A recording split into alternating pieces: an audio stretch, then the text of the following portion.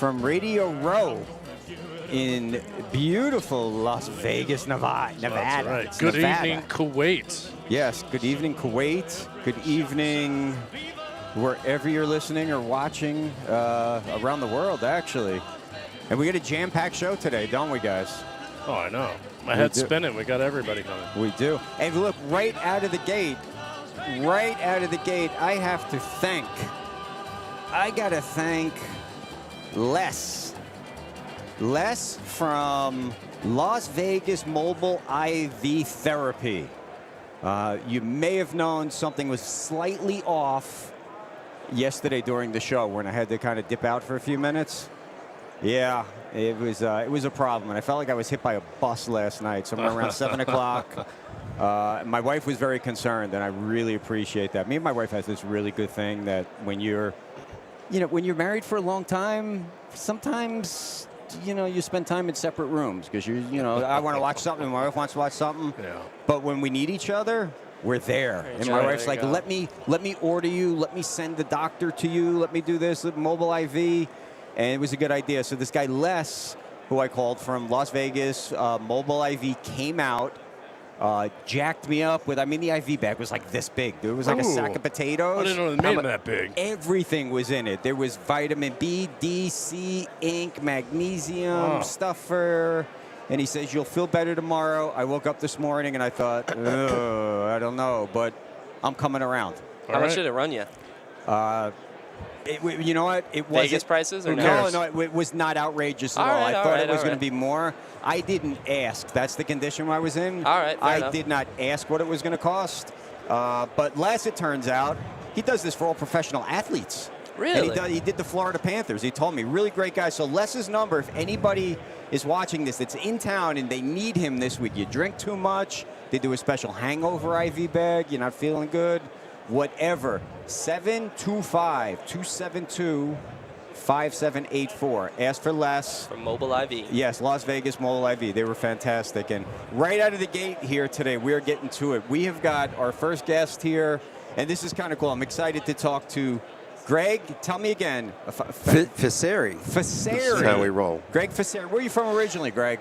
The birthplace of pro football, Pittsburgh, Pennsylvania. Pittsburgh, Pennsylvania. So does that make you a Pirates fan and a Steelers fan well, and a Penguins it's fan? hard. All of the above. It's hard to root for the old Buccos still, but yes, it's still in my blood. Raise the Jolly Roger. Have you been to the stadium? Of course. That is on my bucket list, that stadium. That's a beautiful place.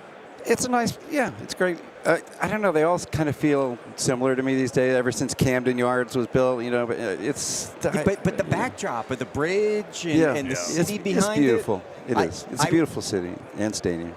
I was there in December a few years ago, just walking around for business, and it was crazy because the stadium was wide open. So we were literally, they don't close the doors. We walked in, we're on a field, we're walking all over. It's like going back in time. Every time I go home, I feel like I'm going back into the 70s. You better watch out, they'll put you to work. That's great. So Greg has written a book called Gridiron Legacy, and this is the true history of the sport of football. Yeah. And a lot of people are not going to know what's in this book, and I'm not going to lie to you, Greg. My joke always with my kid, I have a kid, an 11-year-old, and she's a brainiac. Yeah. She's a Mensa, I don't know where those genes came from. But every time she tells me, Daddy, I wrote this book, I'm like, oh, they made a book out of that movie? And she's like, oh, you need to read more books. But this book I'm going to read, absolutely positively. So start us out here. What is the book about? How did you end up writing it? What's the story? This is an incredible, I'm just a humble, kid from Pittsburgh who grew up with a family story. And somehow it fell to me through the family to share with the world what nobody knows. And I've asked, 50, 100 people in this room, people that are in the Hall of Fame, journalists. Troy Aikman, I met. Who knows more than Troy? He's in the Hall of Fame. Monday Night Football. Where did pro football start? Well, the most common answer is Canton, they think. Mm-hmm. That's what got me. But no. That's what I thought. Canton calls itself the cradle of pro football, which in the nuance, is that they give the nod to Pittsburgh as being the birthplace. They discovered when they opened in the 60s and had to go on their journey to tell the story, what they learned was that there was an accounting ledger. The accountants always blow everything. That documented that a player from Yale named William Pudge Heffelfinger in 1892 was paid $500 in cash, which was a lot of money back in the day. Yeah, to play one game for the Allegheny Athletic Association to beat their rival Pittsburgh Athletic Club. So, by definition, a guy gets paid cash.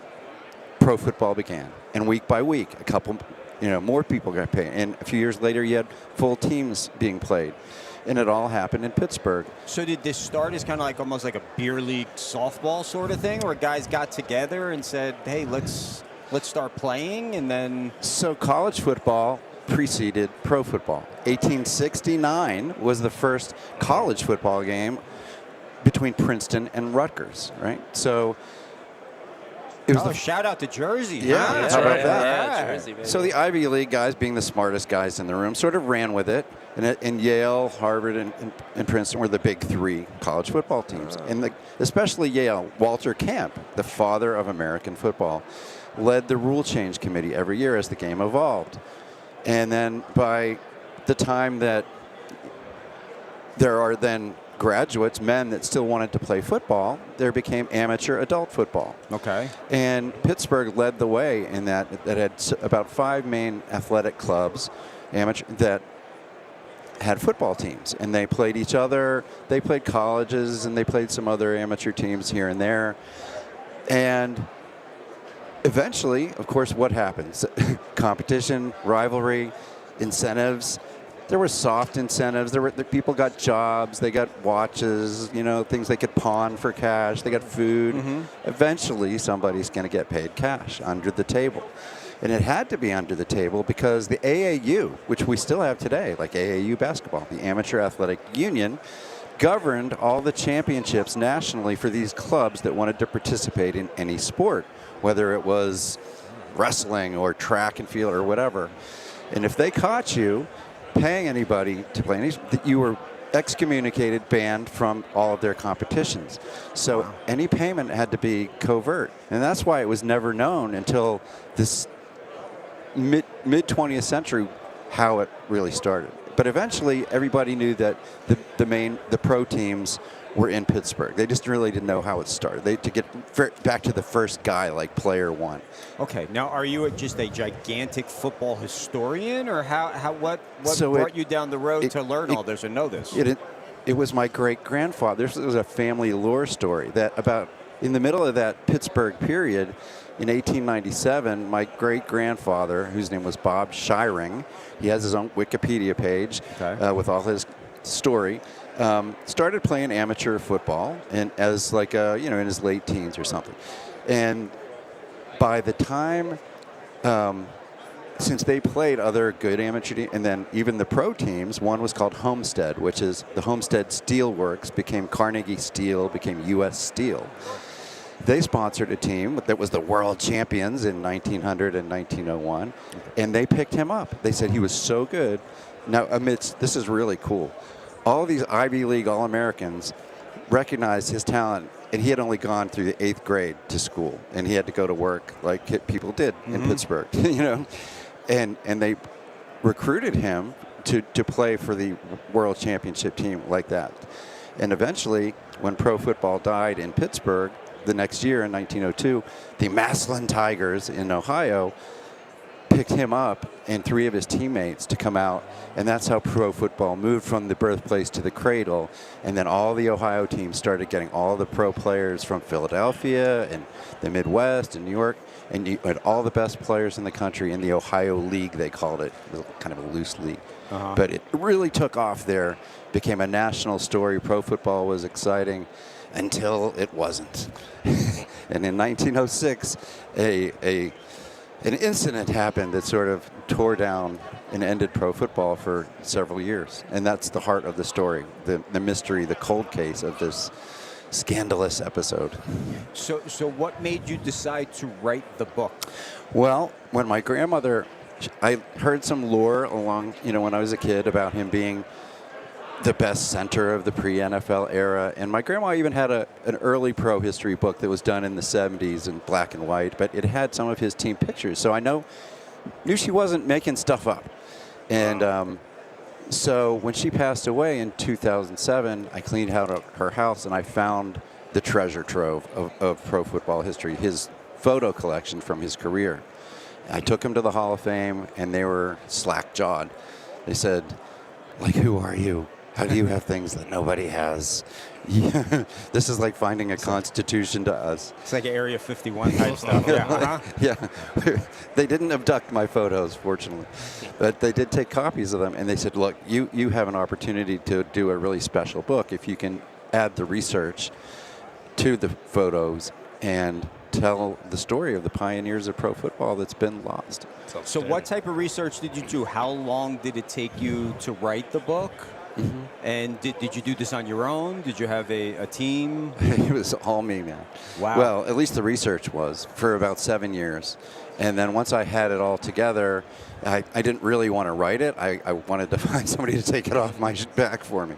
And I started at the top. I started with Michael Lewis from The Blind Side. I had a connection with him. Okay. Oh, really? And I had tried to get to Ken Burns, and I tried to get to Laura Hillenbrand, who did Seabiscuit. And one by one, they just blew me off. And this seems like a Ken Burns type of thing, right? Yeah, yeah, sure does. you would think, but I couldn't find somebody that had the credibility, and chops to do it. And eventually I found a publisher who said, I'll do it for you under one condition.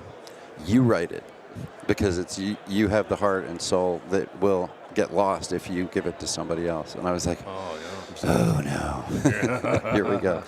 So that was another 7 years. So it was 15 years in total, really. Wow. Okay. So is this book out now in It stores? It is available on gridironlegacy.com, my personal book website, signed copies. But on August 15th, it came out also on Amazon, Barnes & Noble, and retailers everywhere. Where am I seeing this cover? Because I've seen it everywhere. You're running a lot of things on social media, advertising? I have. I started a soft launch about September of 22, and I did, for the holidays, I did a big online ad campaign, and it sold a lot over the holidays. So that's sort of the iconic picture of that era, because they were the world championship team. And occasionally you'll find postcards on eBay, like from that time. So I thought it was the perfect book cover because he was front and center as, the captain of the team. Do you think it'll be hard, excuse me, do you think it'll be hard at all to try to educate the masses, I guess you could say? Because I feel like I'm a pretty educated guy, and I had no idea. You asked me, and I said Canton, Ohio. So do you think it'll be difficult? It's certainly difficult. Yeah. Because I have a publicist who got me set up during this football season with about 30 or so radio interviews around the country. But it's a slog selling a couple books at a time. Uh-huh. And if you sell a couple thousand books, which doesn't sound like a lot compared to a record that sells millions of copies, 100%. that's huge in the publishing world. Like I'm in the top few percent of all football books already, and I'm like, I feel like I haven't done anything. So You've done a lot. My questions now, after you use half your brain to write and lay out and edit the book, now I've got to turn into a marketer. You do. And figure that out. It's all on you. Do you enjoy the process? Do you enjoy the grind? Because I'm just like a sort of a bean counter, By now I'm a finance guy. Yeah. I'm a business valuation consultant with my, I appraise companies. And so this gets me out of behind the chair and the spreadsheets, and I get to go share a story with the world every day. I can feel your passion. I feel like and that's the what most it is. important. The passion takes you a long way. Yeah. Greg, a real quick question for you. Knowing how Ohio people are closely guarded to their football, any they got to be backlash? pissed. They got to be pissed. No, Backlash? actually not. It's the Midwest. People are generally nice. This book sells like candy, to kids in Ohio and Pittsburgh. I mean, when I go to Massillon, Ohio, and that team, for anybody that knows the era, the Massillon Tigers and Canton Bulldogs high school teams are still the biggest high school rivalry in the country, probably. Oh, yeah. And they both got their names from these pro teams before the NFL. And the biggest honor I've had, maybe the coolest moment, was when the Massillon High School asked me to come and speak to their entire student body on Rivalry Week a couple years ago. And I brought relatives, and I told the story, and they all got up on stage, and we told them why they hate Canton so much, because they know they hate him, they just don't know why. That gives me goosebumps, man. It does. Yeah, me too. How did you come across every single? Because I mean, this book is loaded with awesome pictures from 100 years ago. How did you come across all of this? So to be able to tell the whole story, to add to what I discovered in my grandma's house, I just went and collected from eBay and from dealers and out there that I knew what I was looking for, and they would call me and charge me way too much money to buy the things that I wanted. But eventually it all came together, and I had, and sometimes I'd get to a point in writing like, I need this picture, I need that. And so you just kind of go hunt for it, and maybe you take it from online. So do you own the rights to everything that's in here now? So the beauty of That's it important. is it's pre-NFL era. The NFL has no domain, over it. And the photos are all over 100 years old, which means nobody has There a you go. copyright or anything. So I think I'm free and clear. You just skated. No. What are sales to this point? Do you know? Or is it selling good? Is Yeah. At one point, in my pre-sale, I did a campaign on Indiegogo. It's sort of like Kickstarter. And I was #1 for a couple of weeks on Indiegogo. So I knew I had something cooking. And I've sold a couple thousand, roughly, at this point. So, That's Greg, any current projects that you might be working on? Great question. So, as you notice, it's a substantial coffee object. It is a coffee table format, 350-page book. That doesn't bother me. I love it. So it has its place on the coffee, in offices and man cave. It's a beautiful piece of art. It is beautiful. But some people want to be able to carry it to the beach, take it on the plane. So we got a paperback coming. All right. That'll be out this fall. And That's awesome. even bigger, we have a script. We have a 6-part miniseries, fully written, Oh boy. that we wow. are ready. We are out pitching, and Tom Brady's company has looked at it in the past couple months. We had a couple calls. It's called The Religion of Sports, his production company. Peyton Manning's got another one that they've looked at it. So somebody's going to see this potential and say, how has nobody done like pro football's birth story? Tell you next year we won't be able to get you on our show. They'll give you right of first Oh, refusal. thanks, Greg. and so Franco Harris wrote the foreword. Yeah. Wow. A friends, or how did you So- make the acquaintance? Being from Pittsburgh, I, as a kid, kind of got to meet him and get his autograph, fanboy kind of stuff growing up. As an adult, connected with him through the Senator John Hines History Center in Pittsburgh, downtown Pittsburgh. And as a collector, I had donated a lot of things to that museum for their displays, and they honored me with an invitation to be on their advisory board that they called the Champions Committee. And Franco, the passionate historian that he was the head of that committee.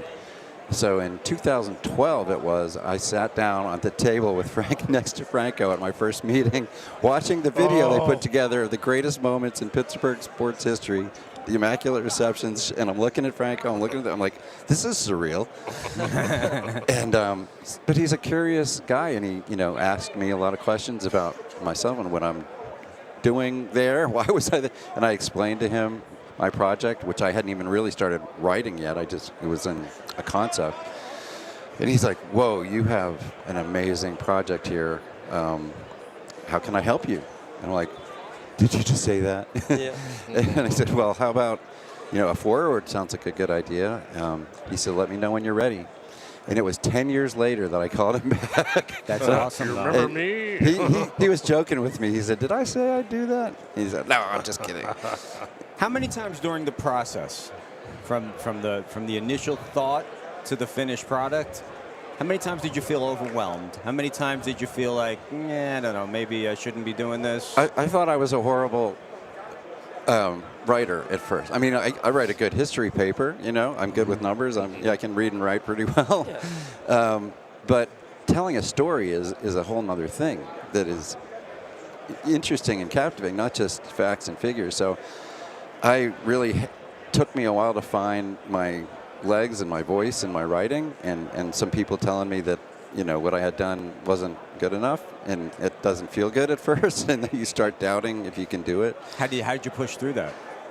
Just a little re-edit from my quote-unquote publisher, and a kick in the pants, and saying, you know, this is what you should do and shouldn't do, and now that sounds pretty good, and have a couple other people look at it and smooth it out. And I said, okay, that flows, you know. But psychologically, when the doubt creeped in there for a minute, when people said, hey, you know. Well, my publisher thought I quit for a while because I didn't circle. I was doing my job, you know, running my family, and it was a year or two, a gap in there. He's like, I thought you gave up. I said, I'm not going to give up. He said, well, okay, then let's keep this thing going. And but once I found my voice, you know, it flowed. The beginning was the hardest part, because even the intro is different than telling the story. The intro is like, why is it important? You know, why did I do this? Why do people love sports? You know, and I literally woke up. I had one of those moments in the middle of the night, and it hit me. And I went to the kitchen and pounded it out in the dark in 30 minutes. And and Franco, when he read that, he said, I'm in. He said, you're a really good writer. I love what you did here. And he said, there's one thing that you wrote that it was my favorite. And I said, I bet I know what it is. And he said, what's that? I said, it's the line. Basically, I said, we all live for moments in sports where we become more than we thought we could be. And it could be a moment that nobody knows or except you, something you did, or it could be in front of the whole world and lives forever. And he said, that's it. And I said, well, of course, it's the Immaculate Reception. He said, but no, it was the first part. I had a thing that I always wanted to do that nobody ever knew or understood, a move I wanted to make and try. And I pulled it off in this game against the Cowboys. I said, was it the Super Bowl? Of all teams. Yeah. He said, no, it's just a regular season game. And I broke through the line, and I did this spin move on this guy named Lewis. And I said, D.D. Lewis, I remember him. And he said, you got it. And D.D. told me later, he said, I ended up with my hand inside my face mask. Nice. And it worked, Nice. and I That is scored. awesome. He said, that's the essence of sports. Why we love to play is to do something magical, whether it's a diving catch in, you know, whatever sport, or a leaping catch, or a game-winning play, you know, in the last second. We all talk to ourselves when we're kids. Oh, Harris, he dives, he catches the ball, you know, touchdown. And somehow that's what speaks to our souls. And so connecting that with the beginning of pro football, he got it. And he said, when I put on my gold jacket at the Hall of Fame, I felt like I connected with the energy of all the players who came before me. And that's like one of his best lines in the foreword. And he said, you can do that by reading Gridiron Legacy.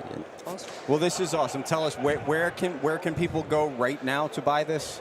GridironLegacy.com. You can buy one, and I will send you a hand-signed copy. But if you would rather an unsigned copy that would arrive next day from Amazon, it's available on Amazon, Barnes & Noble, in the stores. Get it while it's hot. Awesome. Get an autograph before absolutely. this man becomes and you'll sign best-selling this for author. us, Greg? Absolutely. All right, I'm let me honored give you to that, do and so. we had a Sharpie right here. That would be fantastic. So gridironlegacy.com. Go today. Order your copy. And this is going to be a fantastic read, because I mean, this fascinates me, man. Old sports, like the Ken Burns. When he said Ken Burns, I thought, I love that Ken Burns stuff. I can listen. I think I've watched it 5 times, the Ken Burns. And this, I know once I read this, it's all about Jim Thorpe for me. That is a fascinating story, and I already know you got that covered. Oh, absolutely. He was. I call him the savior. He's almost like a Christ figure to the game. I'm telling you. And if you think, he was persecuted as a Native American, stripped of his gold medals, and the game basically died, and he kind of resurrects it with his reputation and following that he had. That's right. And that's why his statue is front and center in Canton. And people don't know he was the first commissioner of the NFL. He was the first commissioner. In 1920, they formed the NFL in Canton, which is why the Hall of Fame is there, not because pro football was born there, but the Hall of Fame, or the NFL was founded there. So that's why Canton gets the Hall of Fame. And it was actually first called the American Pro Football Association for 2 years. But while a player coach, he was also the first commissioner, sort of as a figurehead of the league. Greg, thank you so much for spending a little bit of time with us today. Thanks so much, AJ. It was an honor. Thank you. Thanks, guys. We wish you all the success. We can't wait for the docu-series, the mini-series to come out. That's right. We're going to need extras in the bleachers. Don't forget, the paperback is coming out for you guys. Absolutely. And I'm sure you can find them. If you don't know, BleacherBrothers.com. We got you covered if you forget anything, right? We'll blow this up on social media. Yes, I think this is something that kids should read. I think it's something adults should read. Anybody who's interested in football, read this book. We'll be back, guys. Doesn't get better than that. Listen to some Van Halen, and we'll be right back. Thanks, guys. You really got me now. You got me so I don't know what I'm doing. Girl, you really got me now. You got me so I can.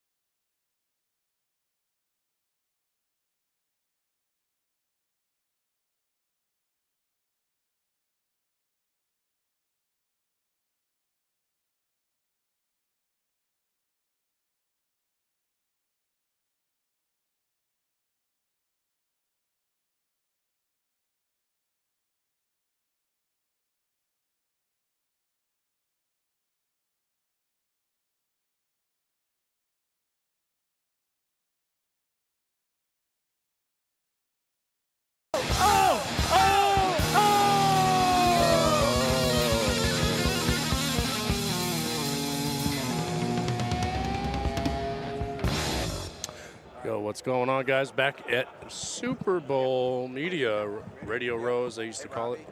And definitely one of the better interviews we've done, with Greg. And if you don't know, all our cronies are here. All right, put those headsets on. Nick, you want to sit down, buddy? We got Nick the Flick Nick, in the sit house. down right there, buddy. That's right. All right. So this is pretty cool. I'm excited about this. Like I said, guys, today it is jam-packed. Well, I'll get my NBA picks in. I know everybody wants them. I'll get them in at some point here. You did well last night. We got Nick the Flick. Everybody knows Nick the Flick. Hey, what's Nick the going Flick on, now is on everybody? Radio What's up, Row. Nick the Yeah, Flick? We here. And we got a really good friend of mine, a guy I go way back with, Seth Grabel. What's up? You've probably recognized Seth, whether it's from his TikTok, his IG, there could be television. Seth, you made it through on, how early on America's Got Talent were you there? You were the first few seasons, right? Yeah, was it 5 or 6? No, it was season 7. Yeah, season 7, and it was a blast, life-changing. I got top 10. Top 10 on America's Got Talent. That's right. Yeah. Now you sing, you dance. What do you do, I'm Seth? a magician. You're a magician. Magic. That's right, baby. So when you were on AGT, this was pre Howie Long, this was pre Howard Stern. The judges? Right? Yeah, the judges. The judges were Howie Mandel, Pierce Morgan, that's what I and meant, not Sharon Osbourne. Okay. So those are the judges. Remember? Yeah. Yes, I Sharon remember. Osbourne, and yeah. Did, was did a you blast. ever get to touch Howie? Did he ever shake your You hand know what? or anything? You know what? It's funny. He went like this. Yeah, because he's a germaphobe or He is a something, right? germaphobe, yeah. Yeah. But it was funny because we took a picture right next to him, and he was like this. And I bet you're like, yeah. Why not? Like, So how did you? Hey, I wouldn't do first. that. No, I wouldn't. And look, you got a lot going on, so I want to cover all of it. We could keep you here for 12 hours. Awesome. Unfortunately, we can't. No, but, I'm here. How early on did you get into magic? How did you get into magic? Where'd you start with that? I started magic when I was 5 years old, and started doing it for little kid parties. And then I realized that 5 years old, I wasn't really ready to commit. And I just changed Lack it. of focus. Lack of Really? focus. I went into other stuff at that point, you know. And so later on in life, in college, I went to Cal Poly San Luis Obispo, and I just started doing it like crazy to everyone I would meet. Everyone and anyone would be a target that I could do magic for. And so one thing led to another. I was doing it at parties and bars, and people were like, wow, that's really good. Why don't you come to my party? I'll pay you. I go, really? You're going to pay me to perform this that I've been doing for, my living room for free for a while? Right. So I was like, yeah, do it. And then so I just started going and hiring myself out, and One thing led to another. yeah, one thing led to another, and now I'm here in Las Vegas, headlined a couple shows, did a lot of TV, and traveled the world with That's magic. cool. Who pushed you? Who motivated you? How'd you end up auditioning for AGT? You know what? It's funny. I auditioned for AGT 3 years in a row. Okay. 3 years, and the first year I did the whole line thing where you get the people don't realize this, but that's just for B-roll. Like no one on that line typically makes it on the show. Okay. And so like I waited hours to be online, and it was fun, because you hung out with a bunch of entertainers and they were filming you, but You meet a lot of characters. you meet a lot of characters. Okay, Yeah. So all right. that was the first year, and I didn't get on, and I shouldn't have been on, because I was a character myself. I was doing something called pickpocketing pirate. I was dressing up like a pirate. Oh, boy. Okay. Stealing stuff. Yeah, it was bad. I It was don't know bad. about that one. Yeah, are you, matey? No. Where the hell's my wallet at? Yeah, no, but this was during the Pirates of the Caribbean craze, and I thought, wow, I was in a show called Bleacher's Madhouse here at the Hard Rock Hotel. No way. Yeah, it was awesome, and I was a pirate. Yeah, go figure. I remember that show. You remember that this show? This was Features. like early, mid 2000s? Yep. Yes, I do remember at the Hard that. Rock Hotel, Okay. and it was a blast. I mean, it was fun. I'll just leave it at that. Feature. It was Okay. fun. But so second time around, I was better, and they wanted me. I actually got an audition, and they wanted me. But I got a gig in New York City that paid so well that I couldn't say no, and so I said no. Hang on. What happens to the people waiting in line? Did they Oh. just never make it through like the screeners? A lot of the times they just wait in line. Okay. It's just for looks. It's a cool B-roll, like people. Yeah, it's a to make it like a lot of people. Yeah. crazy amount of people. Do you get to Yeah. audition at all during that? or It depends on the scenario, so I'm going to say it really depends. is it And- like Night at the Roxbury where they're just coming outside and picking people out of the crowd? No, I mean look, it could change. It could have changed. I don't know where it is now. Okay. But when I did it, it was literally like line that went miles long. Yeah, so yeah. they couldn't get to that, right? Right. It's like impossible to actually see everyone. So a lot of the times they're like, yeah, you come in, and then everyone else just waits and leaves. I don't know whether they do that anymore or not, but yeah, that was fun. That was interesting. So season 2, did they call you and say, do you want to come back and audition again? Or Yeah, they called me somehow. They got a hold of me, and I auditioned again in Las Vegas, and Okay. I made it. They wanted me, but I couldn't do it because I had this gig that I got in New York City, and I was like, I'm going to make a lot of money that's going to pay my whole year, or go do a TV show. And but so that I had to just- make you feel like a big shot to turn them down, Yeah, right? it was cool. Yeah, I was like, yeah, I'm not going to do America's Got Talent right now. No, I did. So I turned them down. And then So the is third it year- was it Regis at that point? Regis and Kathy Lee? No.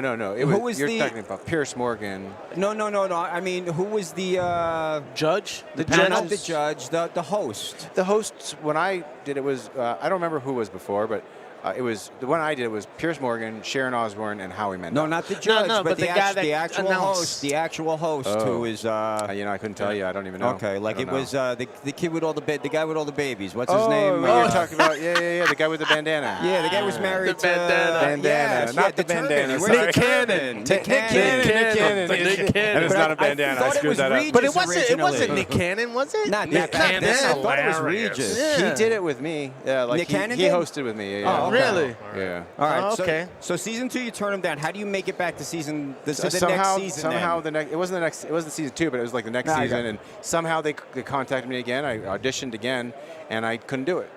You know, and so I said no. And then the third time I auditioned, like they said, "This is great. We want you."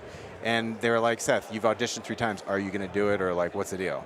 And that was a casting agent that I really liked, and we stayed in touch. And I said, "Yeah, let's do it. Let's do it." Yeah, of course, why not?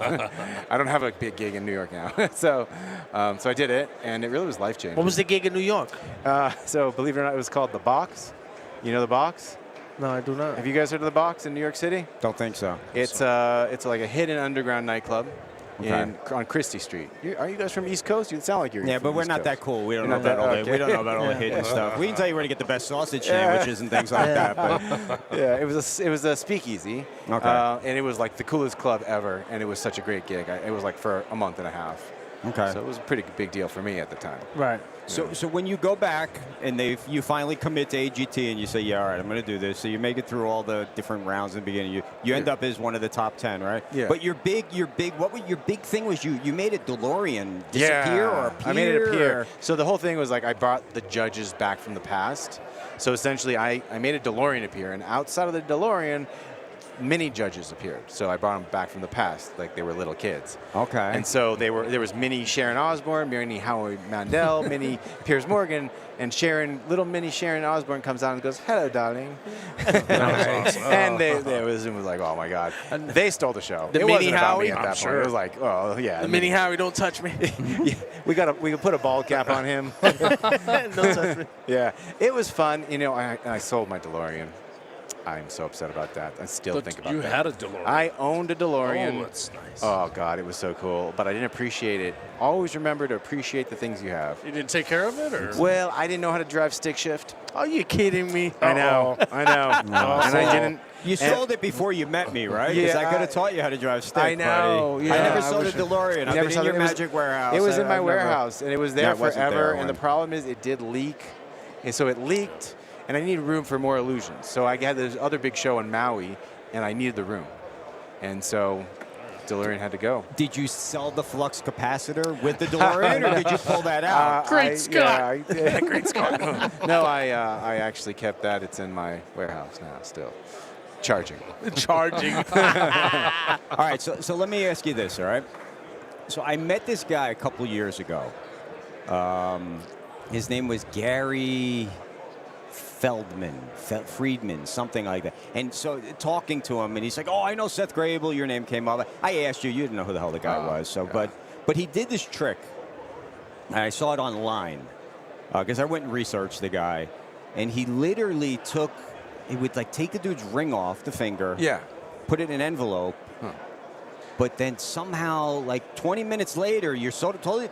The ring appears somewhere else. I mean, it blew my mind because usually I can sit down and think of, all right, how did they do this? And I asked him, I said, dude, how did you do that? I will pay you. I need to know how you did that. That's awesome. And he says, when we're old and I die, I'll tell you. right That's before what I he die, said. I'll tell you. That sounds like a the typical dude musician. dropped dead suddenly Oh, about no. 6 Stop months ago. playing. So I swear to God, so I'll never Shoot, know. damn it, Gary. Never, ever know. No. I'll tell you what. Who has a ring? Anyone got a ring? Not on me. Can I borrow your ring? Yeah.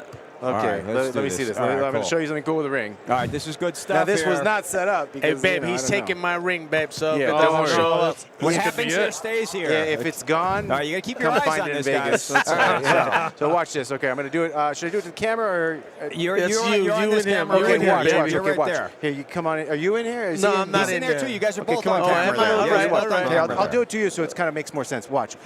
Gone.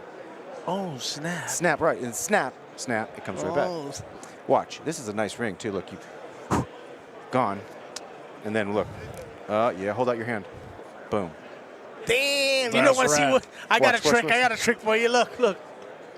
Is that the vanishing sausage? Give me that ring. I'll The number for America's Got Talent. He's gonna take the I might be able to get you That's on. a keeper, baby. You That's got, a you, keeper. you got Hey, GT, check it out, baby. So watch this. Look, watch. Gone. Then all you got to do, look. Oh, Boom. there it is. Now, the crazy thing is here. So you described a trick. The trick was he vanished it or something, right? He Look, vanished watch, it, look, yeah. watch. You vanish. Now, I don't know. The video is not the same, but look, watch. In my pocket back here. Oh, snap. That's slick. On the keychain. keys. Look at that. Ladies and gentlemen. No way, dude, because I could have swore I saw the ring fall on the floor. I could've. Maybe you did. Holy crap. Look at that. There it is. There it is. Wow. Woo. Oh. There it is. There it is. Thank you, sir. That's Thank good you. stuff right Thank there. you. Great guy. Thanks. That's good stuff. You should see me live. Hey, Seth, any current stuff you're working on as far as new tricks? You know, I always am working on new tricks. You know, His TikTok is full of them, and the Yeah. best is his kids Yeah, are involved. fun, right? And his wife, and I love the one. So Yeah. he'll do something. He'll do a corny trick. Yeah. And then Tammy, his wife, will come and she'll be like, "This is how you did it," I know. or she'll Isn't that do fun? it better. Yeah. Oh, it's Yeah. hysterical. She I love blows it up. I So the love it. Oh, that's so much fun. So the funny thing about that all came about because I have so magicians collect a lot of magician crap, right? I have boxes and boxes and boxes. I mean, it takes up a whole room of little stupid tricks that I've collected throughout the years. And those are those tricks. Those are the tricks that we're kind of like showing off and Right. exposing. I mean, you know, the vanishing rabbit or the, you know, all kinds of silly tricks. And she, it's funny. I want her to do more, but she's like, Seth, I'm done. She's like, I'm done with your magic. I don't want to do it anymore. I'm like, come on, you're a hit. Everyone likes you. She does. She puts out good Yeah, stuff, she's- Tammy. yeah. She's And How do constantly you posting. brainstorm like when you're coming up with new content and new things? Like what is like the I come up with ideas. I just come up with like, what would I want to see? And then I ask people too. So I have a whole bunch of people that I can ask. I call them my my brainstorming sessions. Right. And we get together. Other and I ask them. magicians? They're not so much magicians. They're more producers, more casting directors, those type of people. I got you. You know, and I get together with them and call them up and say, will this look cool? And so, you know, they say, no, that really was horrible. And then I skip that, throw that away. Or that was good. Yeah, show me more. Yeah. So yeah, where are you? Watch this. All right. Check this out. Look, watch. Got it.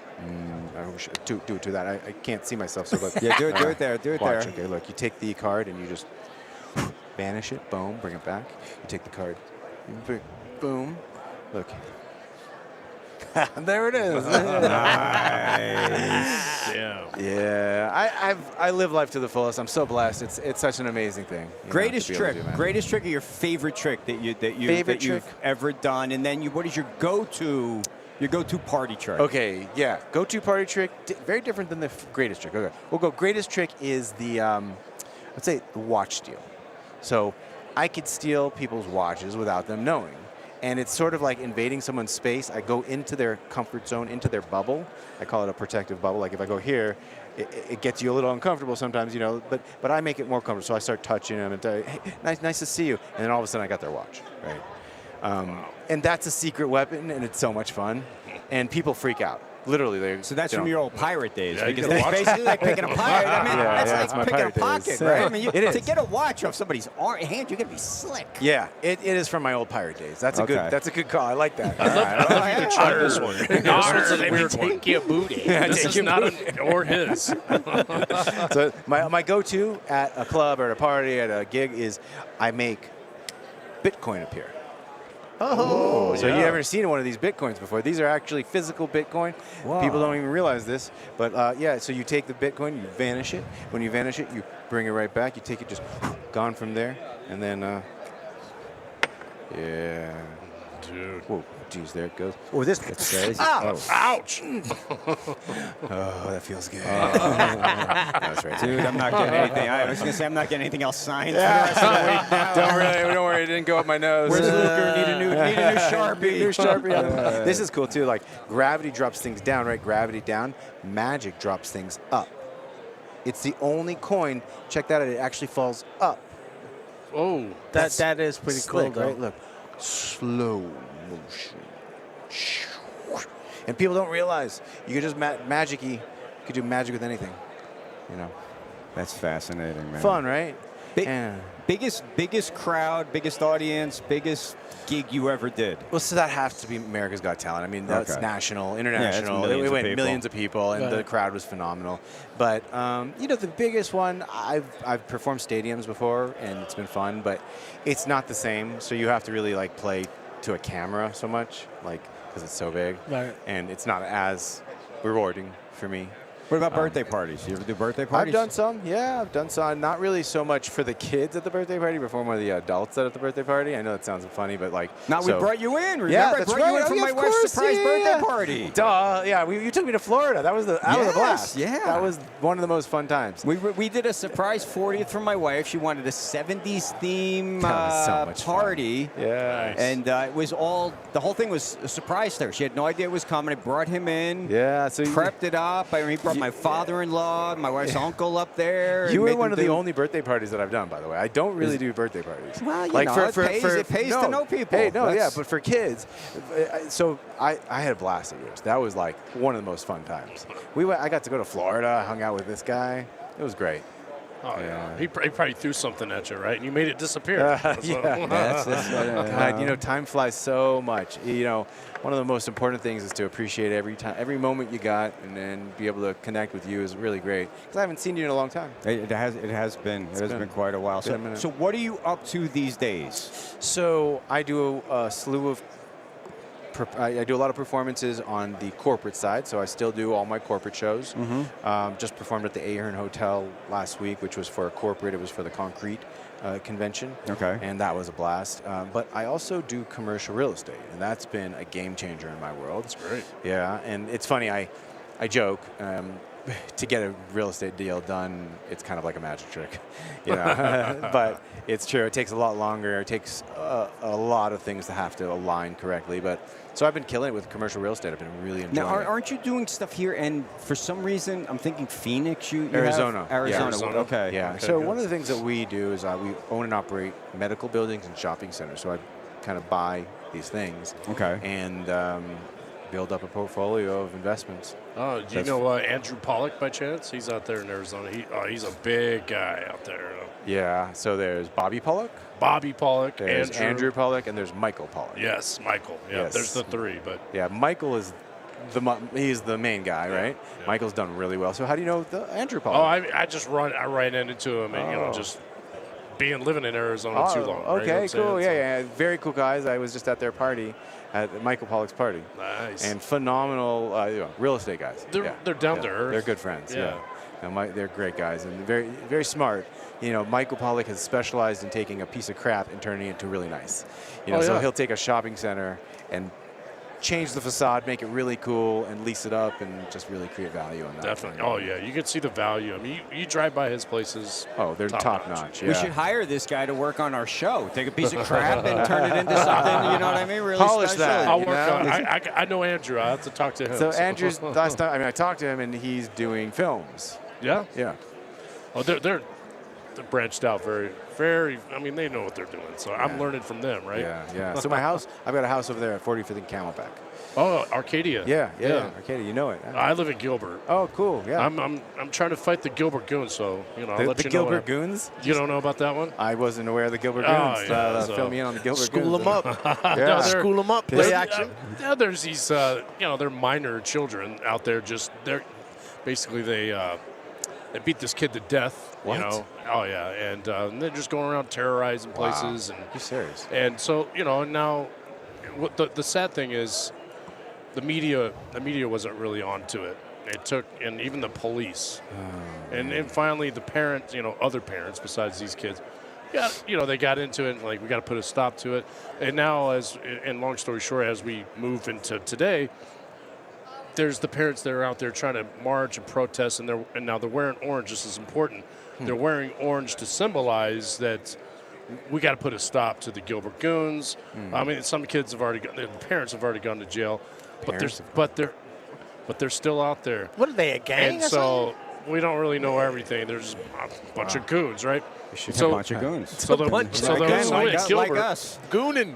they'll put up orange lights outside of their house to symbolize. Wow, it's a you trip. know. So, I mean, what's the deal? Can't they go to jail? Like, Definitely If they there's did one of the something. kids that's going to jail, but they're after the parents like they should be, because doesn't that just tell you that the parents are the problem? You know, it's where they came from. So, but they're going. If you have orange lights on your house, they're literally just cutting your power off, like and vandalizing. Oh, so, wow. So they're still out there. So That's hey, a thing. All right, so I won't let them get to your side of the Thank town. you. all Yeah, right? please don't bring them Please to my don't. side. So let me- the Gilbert goons. What is life like now with two kids, Yeah. a 8-year-old and a 5-year-old, 5-year-old? yeah, Okay.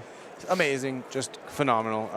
We were so blessed to have. We had 2% chance of having kids, so you know it's online. We did in vitro, and We did the same thing. Yeah, We did the same that's thing. right. Did I know your story. Yeah. Oh, you're blessed. So we were blessed. They're miracle kids, and God, we love them so much. We homeschool, and we really teach them everything. My daughter Gracie has been reading since she's 3, and now she's writing a book. Are you ready for them to give you magic? And Yeah. her birthday is May 4th. Yeah. Oh, Hey. that's boom. Brilliant.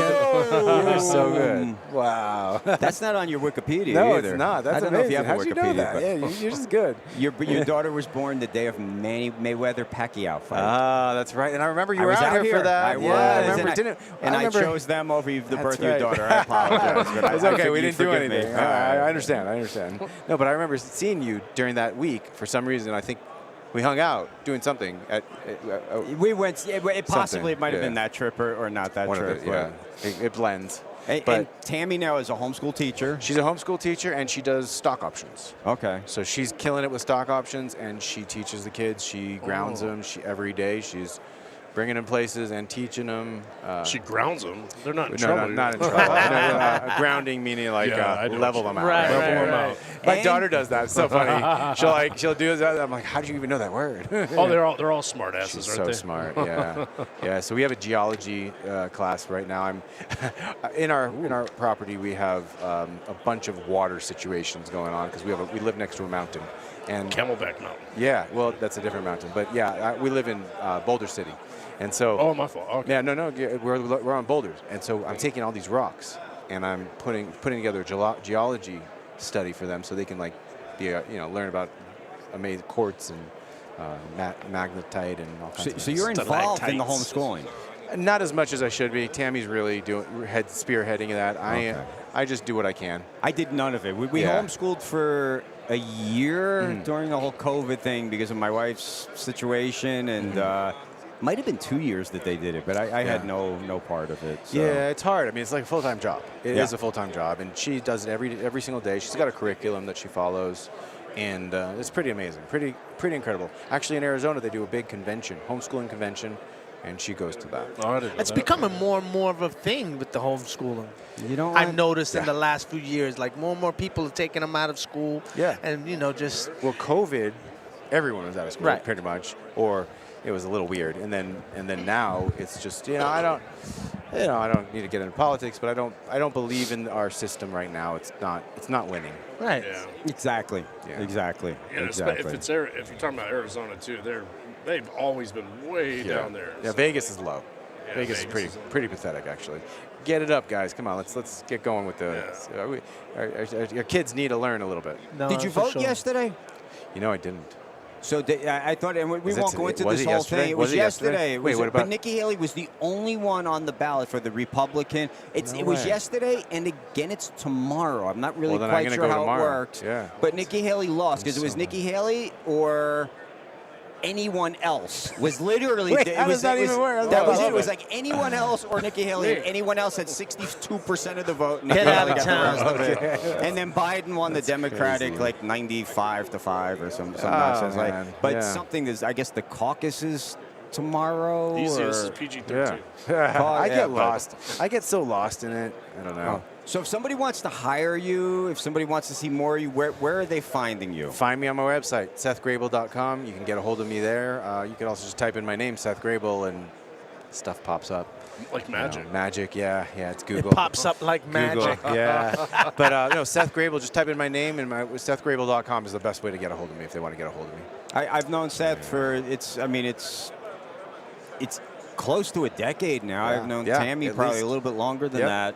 Yeah. He's always been a really good stand-up, just relatable type of dude because I do it. he doesn't big shot anybody. Yeah. And that's You know what's very funny? cool. And the reason, the funny thing is, I've been in presence of billionaires and millionaires and celebrities and all these interesting people, and the ones that I care about and I genuinely love to connect with, is the people that really connect with you. And they don't. It doesn't matter how much money or how the fame you have. If you're a real person, you really can connect. That's Connect with something. anybody. Yeah. It's funny. I get to kind of roam around with some really wealthy people, and we take the Rolls Royce out, but it's a Mini Cooper. Mini Cooper. All right. Yeah, so I was like, bring up the Rolls Royce. It's a little Mini Cooper. You know what? Low profile. It's awesome. So are you going to spend any time now working the room here for You know what? Yeah. connections? You should. I will, yeah, and I did meet some people. You want me to share who I met? Or Yeah, who'd you meet? Who I did you met some meet? cool people. I Absolutely. met Bring the Juice. Bring the Yeah, juice. I saw that guy. Okay. Yeah, they've got a cool place. Got some hats back there. Cool people. What are they? Juice? Is that what they are? They're Juice people? juice or- No, they're not juice. Oh, That okay. kind of. I think it's more like They're all juiced up. All right. I think it's more like connections juice. Yeah. Okay. All right. Oh, all right. So yeah, no, I did a little spot with them. So, Awesome. That's Cool. awesome. Yeah, if you guys have some gear, I'll go run around with your gear or something and introduce you to them. You know what would be kind of cool is Yeah. when we get done here in a minute, if you could shoot a couple little of little Yeah. Yorkers. Nick lights up anything with Nick. It's just hard to get him to do it consistently because of life. You know how that is. Life. But when we throw something up there, it just goes through the roof. So Amazing. That's maybe his get magic sick. trick. do it, Maybe man. get sick. Whenever. Let's get it, Yeah, baby. let's get him make you disappear and come back, or all of a sudden you're in the DeLorean. Oh, he doesn't or have to whatever come it was, back. but It's okay. You know what? That'd be fun. when I found out that we were coming to Vegas to do this, and I knew that we were locked in, he was my first phone call. Thank and you. I appreciate you coming on and doing this. I figured it'd be Of fun course. for us, and Of it might be course. fun for you. No, so. it's been a pleasure, and I look forward to hanging out and catching up with you sometime real soon. Absolutely. The Definitely. great Seth Can't wait. Grabel. Guys, we're going to take a Yes. quick break, and we'll be back after these words, all right?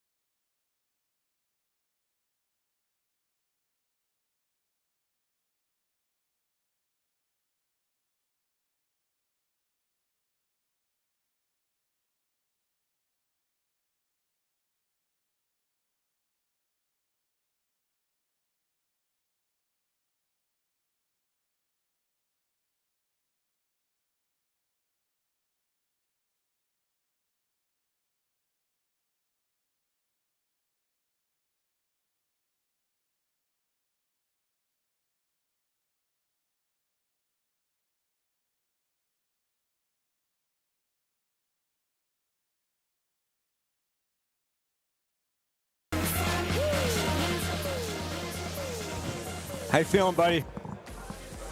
I feel magical. How you doing? I feel magical too, man. It was great, man. Seth, we are so fortunate. BleacherBrothers.com. That's right. Catch us on YouTube, Facebook Live, X. And if you're on BleacherBrothers.com, you need to check out Bet365. And AJ, what's the deal? So we're basically gonna hook you up with $500. What they'll do, Bet365, you know, because everybody's wanting to get in on this action right here. Right. And, you know, so I talked to my kid yesterday, and I said, how was school? We were talking about the Super Bowl a little bit. And she said, everybody's rooting for the 49ers. Mm-hmm. And I said, why? And she goes, because they all hate Taylor Swift. I What? said, really? She goes, yes, all the What? kids in my school hate Taylor Swift. What happened? I don't know. This is coming from the straight out of the fifth grade right now. They Wow. all hate Taylor Swift, so I would assume that if the kids are feeling this way, there's some adults and young adults that are of the legal age of 21 or older that can actually gamble that might bet against the Chiefs just because of their hatred of Taylor Swift, which Yeah. to me seems ridiculous. But if you want to do that, and if you're new to sports betting and you need an app or you need a look at the guy's hat right there, I man. don't know. I've seen that a lot. Yeah, Rico was over there and got something with, I think it was Rico. No, Nick got something with those guys. Those are crazy. I put one on at the store that's like foam inside. I just instantly started sweating. I mean, I look like a fool as it is. I don't want that on me. There's these gigantic hats. You all can't see it right now, but there's these gigantic hats, and it's pretty funny looking. But, you know, you but say anyway, to if the you're looking kids, for, the kids know what's up. Fifth grade, I trust them. They do. They know what's happening to a degree. So if you're looking, if you're new to online betting and you just want to play around for the game or whatever, or you're listening and you're hearing my NBA lock after lock after lock after lock, which again I gave you Phoenix last night as the lock, and boom. That's right. Go to Bet365. You go to our website actually, BleacherBrothers.com. Click on the link for Bet365. And what they'll do is, I think, is if you bet $5, they'll give you $150 in bonus bets. Or if you're a heavy hitter and you just want to come in and say, Blam, I'm going 2K because I hate Taylor Swift on the hate Taylor Niners, Swift, no. and you lose, they will actually give you that much money back in bonus bets. It's basically a $2,000 safety net to start out with. I don't know why you're not doing it. With out Bet365. there. Right. You do have to be 21 or older. And right. if you have a gambling problem, 1-800-GAMBLER. Okay, 1-800-GAMBLER. You know it. So, man, there's. I was looking at again. We thanked Les from Las Vegas Mobile IV Therapy. I feel like this is about the time yesterday where I fell out, and I don't feel like I'm falling out right now. The Penguin AZ says he might take up street magic lessons. Oh, I don't want him to get hurt. He's checking out Seth's website right now. So it looks like they're going to be performing magic right here, right now. What are they doing? Looks like there's something going on. He's going to make Nick disappear, I think. Oh, this is fun. All right, yeah, this is going to be good stuff. All right, well, we'll let them do that over there. I'm kinda scared. I was reading the police the police blotter this morning, and Raiders, Janarius Robinson. So, oh God, yeah, I saw that. Arrested DUI yesterday. It's typical. I mean, that's a bet. Plus or minus like 0.5 players getting arrested during the Super Bowl. Yeah, did you see that? Who was it? Joe Buck yesterday made a comment. I'm not sure where he made it, but he said that expect bad things to happen. Basically, if you're having the Super Bowl in Las Vegas like this, he's got all the room to say it because he's not broadcasting. So if it was on Fox, he'd keep his mouth shut about that. So yeah, I guess he would, but he doesn't have to. He doesn't have to stay in line this week. No, because it's who is it? Oh, it's Tony Romo. Tony and Jim Nantz, which if I'm not mistaken, our boy Robbie got a little piece with him. So Robbie interviewed Jim Nantz yesterday. The audio clip is out on our X or our Twitter page right now. That's right. So that was pretty good. Those first two back to back right there. Greg And I'm going to get it wrong. Fire Sea. Is it Fire Sea? Yeah, he says like okay. you're fire sea, like fire in the fist. Greg Fire Sea. From the Pittsburgh area. Yeah, I'm not a big reader, honestly, but this I'm kind of gonna, book though, it's got pictures, so I'm loving it already. And AJ, Discover Your Legacy, he signed in there. This is awesome right here, man. He didn't give himself enough credit. You know, he's telling himself, I'm not a good writer. Dude, look how thick this is. Man, bro. You know how long it's going to take to write this thing? Yeah. But I'm excited because there's a lot of pictures. Yeah. And that's what, I'm a picture sort of dude, so. At least it's not a pop-up book. You know. I'm a pop-up book type of dude. If there's a pop-up book, I'd be reading it right now, bro. Live right. on the show. Playing with the little things. Maybe we'll do story time. And 5 minutes a show, we'll do a story time where we'll read you some stories here. Yeah. And speaking of Robbie, real fast, if I can fit this in, last night we had an awesome time with the media party. It was over at the racetrack. Yeah, Robbie, you were at the media party last night, right? Oh yeah, he got some content. Hook up there for a second, Robbie. I even Let's got hear some you. content. It was off the hook, my kind of party, right? You just like cruise around and everything. Robbie, what do you think about that party last night? Oh, I thought it was pretty good. They had the 3 levels. They had the old Vegas, they had the new Vegas, and then they highlighted the race car part of it on the bottom floor. So they had this is inside. They had, the party? so Okay. it was a mix. The downstairs was all outside, which was probably the least popular because it was wet, cold, and rainy. But that's also where they had the coolest stuff, right? Like they had autographed because of the Lunar New Year. They had autographed stuff from every Asian American or any player of Asian descent in the room there. So, and it wasn't even the NFL. It was any Asian descended player across all levels of football, which I thought was pretty cool. And we learned a lot. I'm like, wait, these guys? Like, yeah. So it's awesome. That's good awareness. Because a lot of times people don't really notice how many different cultures are in the NFL. So. Definitely. We got to sample a little bit of food. The food was, I think Chef Tom should have been with us, Yeah, the food was pretty good, but I think the entertainment aspect of it, I feel like that was a little preview of the pre-Super Bowl party, right? I mean, that same place is going to host a Super Bowl party, I believe. I wouldn't be surprised if they don't. I would be surprised if they don't, but that place is massive. They said if you want to go to where we were at last night during a race, like a Grand Prix race, $20,000 for a bleacher seat. Bleacher Brothers, bleacher seats, $20,000. No discount for the brothers either. Oh no! So, you know what we did? We screwed up because I guess we're such rookies or novices. We didn't ask either one of these guys who they like in the game. I know. I realized that after the fact. But hey, we got plenty of time for that crazy game. But yeah, you're right. We But let me tell you, and we'll keep because I have more questions about last night because I couldn't go. But again, thank you to Les. Anybody in need, if you're in Vegas, in the area, you ever visit Vegas, they have a hangover concoction. Believe me, there's a whole menu. But Les from Las Vegas Mobile IV, 725-272-5784. Fantastic. I feel so much better. And he was right. He said you would feel better as the day goes on tomorrow. So. you could have brought the IV bag with you. There's plenty of places. You would have been a hit. Well, that'll be the next thing. Is I'll get him. I'll see if I can get him in here, and I'll get the IV right during the show next time. You would have stole the party if it was you and an IV bag because everybody was dressed up nice, but you would have stuck out. It would have been fun. But no, it was great. How'd you guys like Seth? Because we literally, I'll say it, we bumped Cam Newton for Seth. Yeah, I don't know. I wasn't a part of that interview, so Jeff, we'll have to lead on that one. We had Cam Newton lined up and Seth at the same time, and we bumped Cam for Seth. Is Cam dressed in one of his crazy-looking, funny outfits, or no? Yeah, he had a feather hat going, his usual thing. He had a bow tie, but unfortunately, I don't think we'll be seeing that on the show today. So nah, that's how it goes. That's all right because we booked Seth and said tomorrow. So we got some really cool stuff coming up tomorrow. Also, we got. Scheduled at some point the Lieutenant Governor of New Orleans. Of Louisiana. Yeah, sorry, that made us sound very intelligent, didn't it? Right. As me who said it, the college student. He's coming in because Billy next year. Close enough.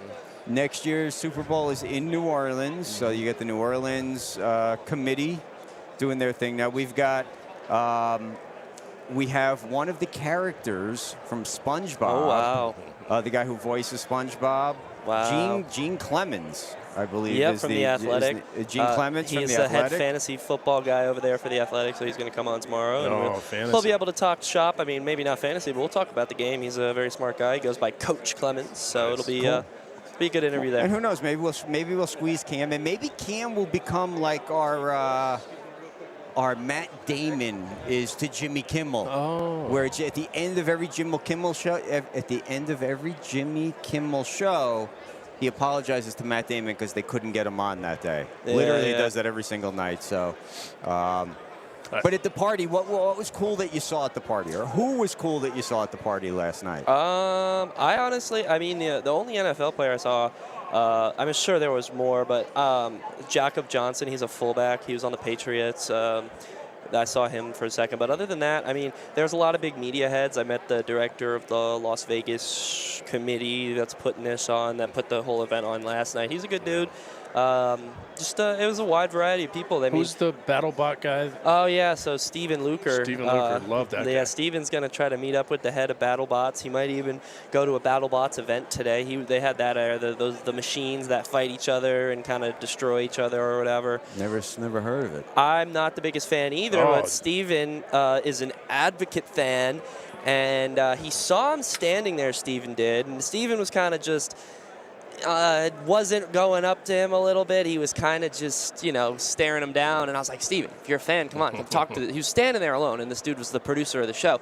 So I'm like, Steven here's a big fan. We run the Bleacher Brothers Sports Network. Steven's our producer. And, he wants to, we'd possibly be interested in coming out to your event. And he would love that. Steven was a fan. Steven knew stuff about the show that the guy didn't even, think he would know. So if Steven's available today at 5:30, he may be finding himself over at the BattleBots event. Wow. Well, he may have to cover this for us. Oh, yeah, we may get a BattleBots is cool. BattleBots interview out of Steven. How was the CBS? Because I really, really, really wanted to do that, but I was hit by a truck at that point. So how did that go? How was it? Was Phil Simms there? I saw him briefly. I don't know. I didn't interview him personally. He was up on the stage. Okay. And then, so how it worked was that, so there was tables, circle tables. Everyone came in. You did lunch first. You sat down, but there was 3 seats at each table that said reserved and didn't clarify who was going on there.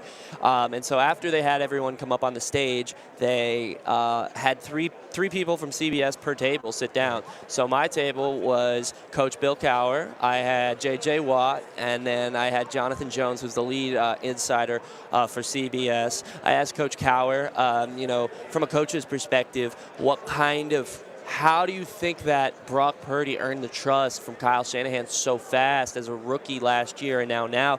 It seems like, Kyle Shanahan trusts this guy as much as Coach Reid trusts Patrick Mahomes.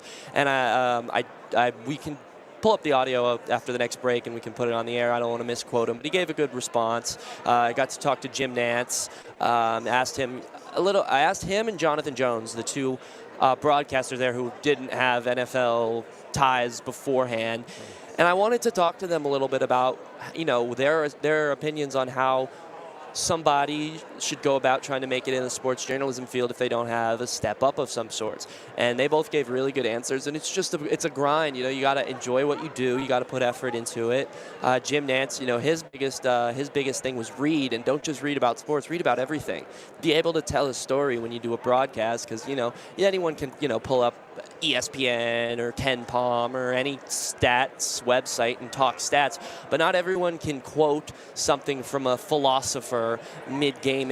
Who knows if that's something you need to do, but be prepared for anything and everything, and which was pretty cool. And I got to ask Jim Nantz, of course. He announced the Final Four game last year, which the FAU played in, and I asked him, I was like, so what are your thoughts on FAU going all the way there? And he said it was surreal, right? He said not even local media didn't even care about FAU before they started blowing up, and then all of a sudden they're in the Final Four. So it's a really surreal experience, and he said it was great for everybty involved. Look at you. You are an advocate, bro. You're tying FAU into your Super Bowl interviews. That's it's what fantastic. you gotta do. I had to. Just the one. I'm not going up to everybody and going roll owls, But he had the ties, and I had to ask him. There's no better direct source about that than Jim Nantz, in my opinion. And I asked him, does he think that FAU can come back this year? And he was like, after last year, I am done making predictions. So that's it for him prediction-wise. He's also done announcing the Final Four. So he's doing the Masters and he's doing the Super Bowl, but no more Final Four for him. And so you didn't say hello, friends, to him or anything like that would have been a little. It wasn't like, it was one by one, you have your time with Jim Nantz. It was a horde. It was a horde of people. So I don't have time to like, hey. I didn't even have time to take a picture with him before I finished up my question. He finished up response, and it was, Jim. And I mean, that's how half these media hordes are. You got to be able to speak over people, but I feel like there's also a respect level that, like, when someone's talking and they keep going. Etiquette. Yeah, if obviously everyone's going to start asking their questions at once, but whoever keeps going and speaks the loudest, in my opinion, they have priority. I mean, no one should be trying to talk over each other, but at some points, people should just let one person go. I mean, in situations like that, I mean, there's endless time. There's an hour to talk to these people, so. The lines were long indeed. The only one who the line wasn't long for was the lead NFL insider for CBS, Jonathan Jones. I was able to do about a 5-minute interview with him, going really in depth into the sports broadcasting stuff. I asked him, he's done podcasts, he's done TV shows, he's done written articles, he's at the top for CBS. And so I asked him, like, if you trying to make it, what is it important to do? Is it important to do all that? Is it important to have a written, a TV, a podcast, or is it more important to lock into one thing and become the best writer, become the best podcaster, become the best TV host? And he said, when you're young, when you have the opportunity to do everything, don't turn it down. Why would you turn anything down? If you believe you can do it, do it.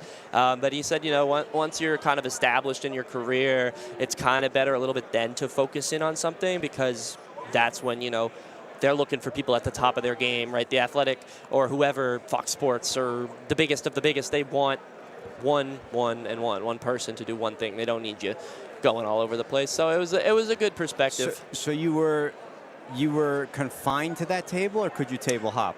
You could table hop, but it was easiest to try to stay with the people around you because you had priority. If you got up, you lose your front. I sat two spots over from J.J. Watt, but it was kind of weird because people would come with their cameras and their micro, like their big, huge cameras, and take up so much space, and it's like, no.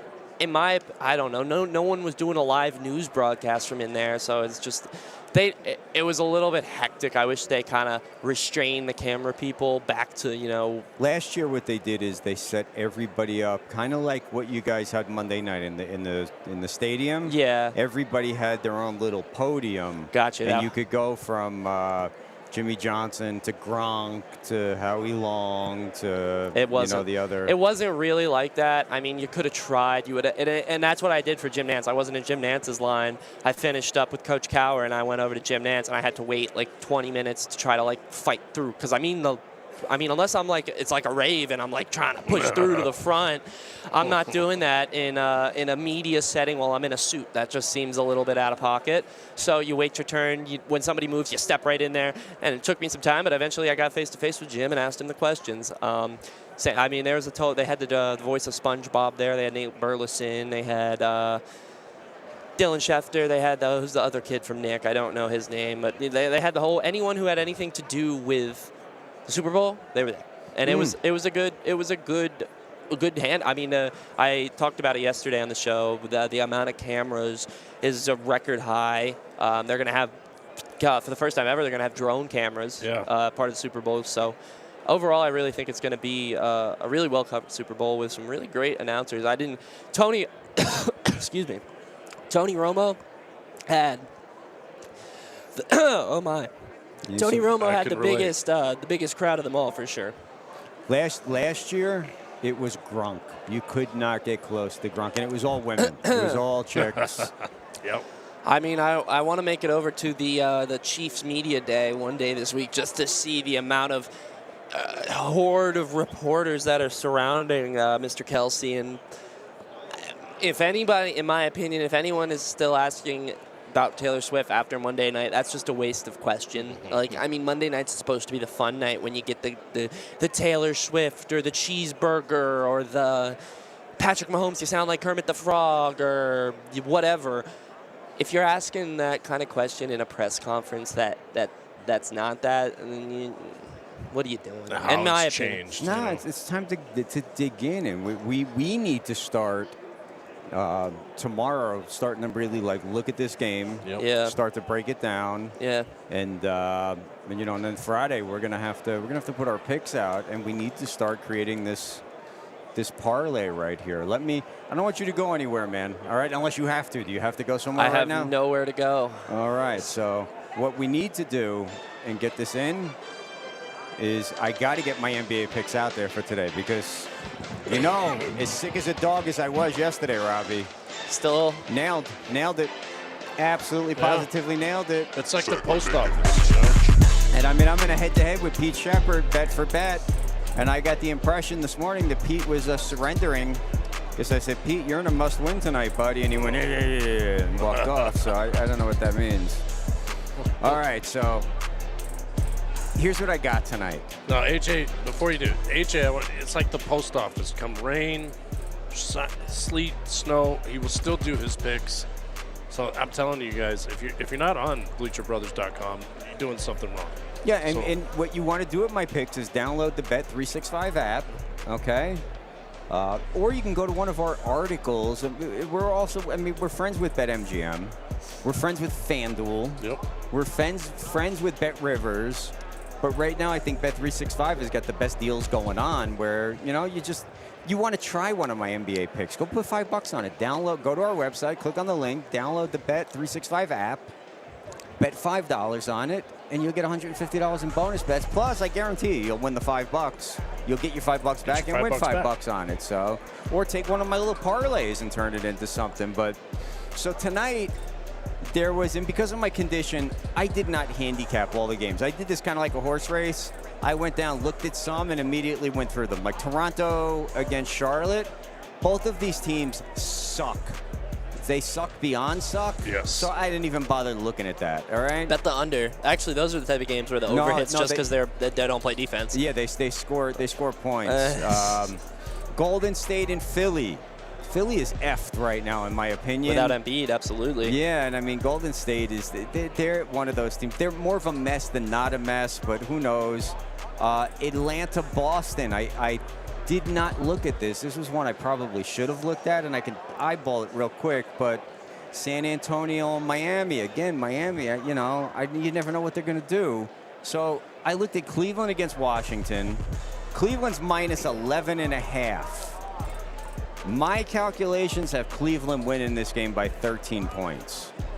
Then I went down to an LA team. And I don't like to do the LA team. Boy. But it's the Clippers, at least. It's not the Lakers. Yeah, there you go. And the Clippers are at home for the first time in a while. They're coming off a long road trip. And they're playing the New Orleans Pelicans. And you know what I say about teams coming home off of long road trips, right? I remember. Yeah, when they get home for that first night, they're relaxed, they're chilled, they may not be totally locked in. Yes. And New Orleans is not a bad team. Both of these teams are good teams. The Clippers are the #1 seed right now in the West. I didn't think that would work for them. you see them get hard, and then you're just like, what? But I know. Yeah, they were goofy initially. They were goofy that first little stretch there. But now, you know what? Props to them. James Harden has never been able to really lead a team. He did kind of with Houston. Depends who you ask. Some people think his style of leadership is not the best, but now I don't think he has to lead individually. He's got teammates that can. Kawhi's a leader on that team. Let's be honest. Yes. But James, and I think he has. James had teammates last year. James is a crybaby. Yes. Give him another year, and he will be forcing his way out. Of the Clippers. If it depends. Maybe his mindset has changed just a little bit. I don't know. I doubt it. Well, my theory is there's maybe not that many strip clubs in LA versus Houston and New York, and it's just keeping them a little more focused, right? Yeah. Yes. LA has got an unusually low amount of strip clubs, believe it or not. And Houston, they have an unusually high amount.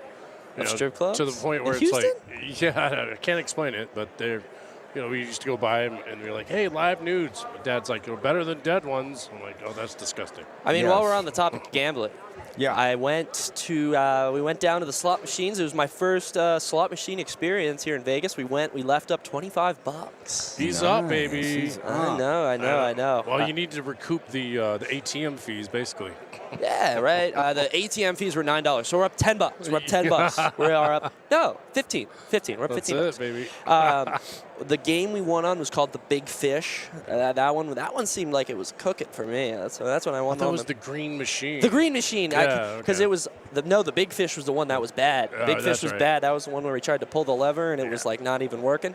So yeah, the green machine is where it's at. If you're at the Luxor, find that slot machine and play it. Or don't. Don't take my advice. No, Remember, don't, because they might take your money out of it. 1-800-GAMBLER if you're addicted to gambling. Remember that one, folks. You must be 21 years or older. The other game I looked at was the Detroit Pistons, Stevens' dreaded Detroit Pistons, going into Sacramento. Now, I got this at a 12-point. No, I'm sorry. I have this as a 2-point game. You locked it? Yeah, but I'm taking Detroit. Detroit should lose this game by 2 or 3 points, but they're getting 13.5. And Sac, just like the Clippers, has been on a very long road trip, and tonight's their first game home. So, and just while we're sitting here, let me go back and see, why did I not look at the Hawks and the Celtics? Might have been the spread. Boston is minus 12.5. The game is in Boston. So you would think, okay, it's in Boston. That's good. But Boston's lost a couple of games at home lately. They lost to both LA teams at home. Yeah, Boston's a puzzle right now. They're just going through something. Boston's never really a phase to me. I mean, if they have a good regular season, whatever. But by the time, I just don't think Coach Mazzulla is a coach to lead a team through the playoffs. Where did he come from? I'm trying to remember. D3 coaching basketball D3, somewhere? No, okay. I mean, that's a joke. That's a don't joke. know. That's a joke. I don't know exactly where, but he didn't have any big title. He wasn't an NBA, he wasn't a lead assistant anywhere. He wasn't a college D1 coach. He played basketball at West Virginia. I know that much. Under Coach Huggins. Wow, so you're saying there's a chance? I played basketball at my community college. I could be a coach. You could be. Oh, man, I got to Yeah. Oh, absolutely. I mean, so you talk to it's like journaling. You talk to the right people. You know the right people. You get in with the right people. That's what I've learned from you. Yeah. Here's where this game is hard for me, all right? So Boston's at home. They're minus 12.5. But they've been they've been inconsistent. I mean, they lost to both the LA teams, so I got to take that into consideration. They beat New Orleans close. They beat Indy close. They did blow out Memphis a couple of nights ago. But now let me flip over to Atlanta. And remember what I said about Atlanta all the way up until about a week ago. Bet them to not cover. They're going to get wiped out. But in their last 5, they beat Toronto. They beat the Lakers. They beat the Suns, who are playing lights out right now. Wow. They beat the Warriors in double overtime. They lost to the Clippers 2 days ago, but they lost by 5. I think that Boston wins this game, but Atlanta could keep it close. I'm not giving that game as a pick. What I'm giving you as a pick is take Cleveland. I would lock. Are these individuals or parlay? No, I'm going to give you. You can parlay these if you want to. Yeah. But my lock tonight, I'm going to give you New Orleans as a lock. All right, let's see. I'll put this in on Hard Rock right now. I'm going to lock in Detroit. Is Hard Rock eligible in Vegas? No, it's not. You I'm can't trying use to Hard draw Rock my here. picture of the lock real Well, quick. never mind. We won't. I guess we'll have to go to the actual physical sports book. Go right to the book or one of the kiosks. The one, I'm sorry, the one in the Luxor we saw yesterday leaves a little bit to be desired. When you walk through the Mandalay and you see that one, it's like triple the size. Everything in the Luxor leaves a little bit to be desired. Except the video poker machines. They've been treating me very well. I saw video blackjack. I might have to go sit down at one of those. That's what I was told the Mandalay Bay has the best video blackjack. So, I mean, back on the there's video blackjack I've seen that was like on the illegal bookies. Not that I've ever used these, but I've seen them. I've seen these illegal bookie apps, and you can play like blackjack and stuff right on there. Yeah. And those seem rigged, right? Like, what illegal bookie is letting you win money off blackjack on their book? I don't know. want to put my phone anywhere near that stuff. Yeah, you get all your information like taken and your money. You get your money and your information gone. What a good Thanks, book. And you may not and have maybe to be, your kneecaps if you don't pay him back. Maybe and your you may not kneecaps. have to be 21 or older, right? Yeah. Oh no. You could be 12 on there. As long as you know Joe from down the street and you pay him back, Hey, man, I you know get a Joe. login and a password. But if you don't pay him back, I'm locking in Detroit plus 13.5 against Sacramento. I'm locking in New Orleans plus 7.5 against the Clippers. I like Cleveland minus 11.5. I'm going to parlay all 3 of these games right here is what I'm going to do. And then I'm going to bet New Orleans straight. I'm going to bet all 3 of them straight up, and I'm going to parlay them. But my locks, I'm giving you 2 of them tonight. New Orleans plus 7.5 and Detroit plus 13.5. Now, before I came on this show, the L word, that was a no-go amongst my friends who bet. If you use the L word, that is as bad as it gets. I still don't like What's to the L word? what you call your bets. Oh, locks? Yeah. But that's how good I am. See, they hit, but I mean, I don't know if you call something a lock. At least in the eyes of my friends who gamble, it's a bad omen. So you're putting the bad omen on yourself? Oh no! It works for AJ though. I mean, he's making some money over here. I've heard so. Oh yeah. I don't know, Jeff. I think the thing that was craziest about the media party to me was everything was free. I don't. Did you get Cam? Yeah, we bumped him. Cam's probably tomorrow, hopefully, God willing. But I wish we did Fred Warner. You hear what he said? No, I mean I think the best part of the media party last night, Jeff, was that everything was free. Yeah. I don't know how they make. Well, they raised $300,000 from sponsors to host that event last night. But man, I mean, endless jambalaya. Come on now. Yeah, that was. I'm. I gotta give him a plug. I gotta give him a plug here. As we say, I gotta find his Instagram and we're gonna plug him in because. All right, if you guys are in Las Vegas and you guys want some good New Orleans soul food, Cooking with Gas LV. That's his Instagram, spelled how it sounds. Cooking with Gas LV. Some of the best jambalaya I've ever had. Play Action himself, he's from New Orleans. So yeah, what do you think? I loved it. I got my family backs me, and it's real close to mom's jambalaya, as we say. The rice was amazing. Yeah. There was nothing wrong with the rice, very but and then the sausage and the chicken or whatever else was in there. And we talked to the guys, and they're just gracious as all. Gracious. I mean, I think that's what I liked the most about the event last night. They didn't have what are big restaurants. They didn't have In-N-Out Burger. What are these big chain restaurants here in Las Vegas? They had none of that. They had people, small businesses who are trying to make it. I mean, what was the name of the? Well, the Asian one too. I'm pulling that up. I've had to follow them. I'm putting that one up right now. It is funny name. It is called Little Dings Cafe. Little Dings Dings Cafe. Speak for yourself.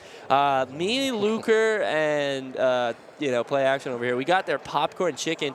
It was iconic. I don't know how. It's better than Publix fried chicken. I'm sorry to my Florida viewers, but Little Dings Cafe has you beat. They're going to be in New York this summer. It's their first time leaving the West Coast, but they're a West Coast base. They're in the Bay, and they were here in Las Vegas. So specifically, I think they had a few businesses to celebrate the Lunar New Year, and I think they were one of them.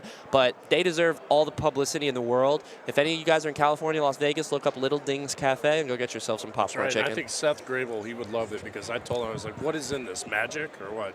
And the guy, I mean, all he gave us was, it's your typical Taiwanese batter. And I'm like, what is that? I've never had that before. And you'll never be able to duplicate that. No. If I try to do it, it'll probably give me food poisoning or something. The kitchen doesn't do me any favors. I struggle to boil pasta, but you know what? We make it through. How much are you missing your dog right now, buddy? I do miss my dog, but my parents are taking good care of her. At least I know that. I don't have to leave her at daycare, or in boarding. She doesn't like that. I did that one time, and then I came back, and she didn't seem like herself. She was not eating and stuff. She was mad at you. Mad at you, yeah. Hey, let me hit on a couple of baseball. Just we don't have to go into any sort of detail on most of these, but Kershaw returning to the Dodgers for his 17th year. Jose Altuve signs a 5-year, $125 million extension. Love that guy. Bobby Witt Jr. signs an 11-year, $300 million extension with the Royals. And the Las Vegas mayor came out yesterday and said that the A's should scrap their plans to move here and stay in Oakland. Yeah, They she don't said it was want like you. she said it was like an outlandish idea or something. I'm like, well, if she's thinking and saying this now, where was this when it all went in motion? Yes. Like, I mean, there are A's fans now who are either pissed, laughing. It's either they're pissed or they're laughing. There's no in between for A's fans. Where were you? Yeah, where were you years ago? You could have done something. That stadium is garbage. I mean, but the whole situation with that is mind blowing to me because the A's were good. I mean, now they're bad. They're bad. They've been bad now When for the were past. they good? Like 20. you when were a was baby? Yoenis Cespedes there? Oh, yeah. And Early 2000s. No. I'd say like 2016, 2017. How did they not capitalize on their playoff runs like that when they had Bob Melvin? Bob Melvin was their manager. They even had like John Lester for a year when he was doing well, and who else? Matt Olson was there before he went to the Braves. I'll give you a little Matt- A's history, and I'm sure you know this already, but the A's, they're basically the AAA team for the Yankees, and it's been that way since they were in Kansas City. So you know. But I'm pretty sure either we got Sonny Gray from them or Sonny Gray went to them after us, and he was the worst. I'm a Yankees fan, for those who don't know. And I got somebody checking in here on, looks like on YouTube. It says, "Hi, Daddy." Hand pink waving.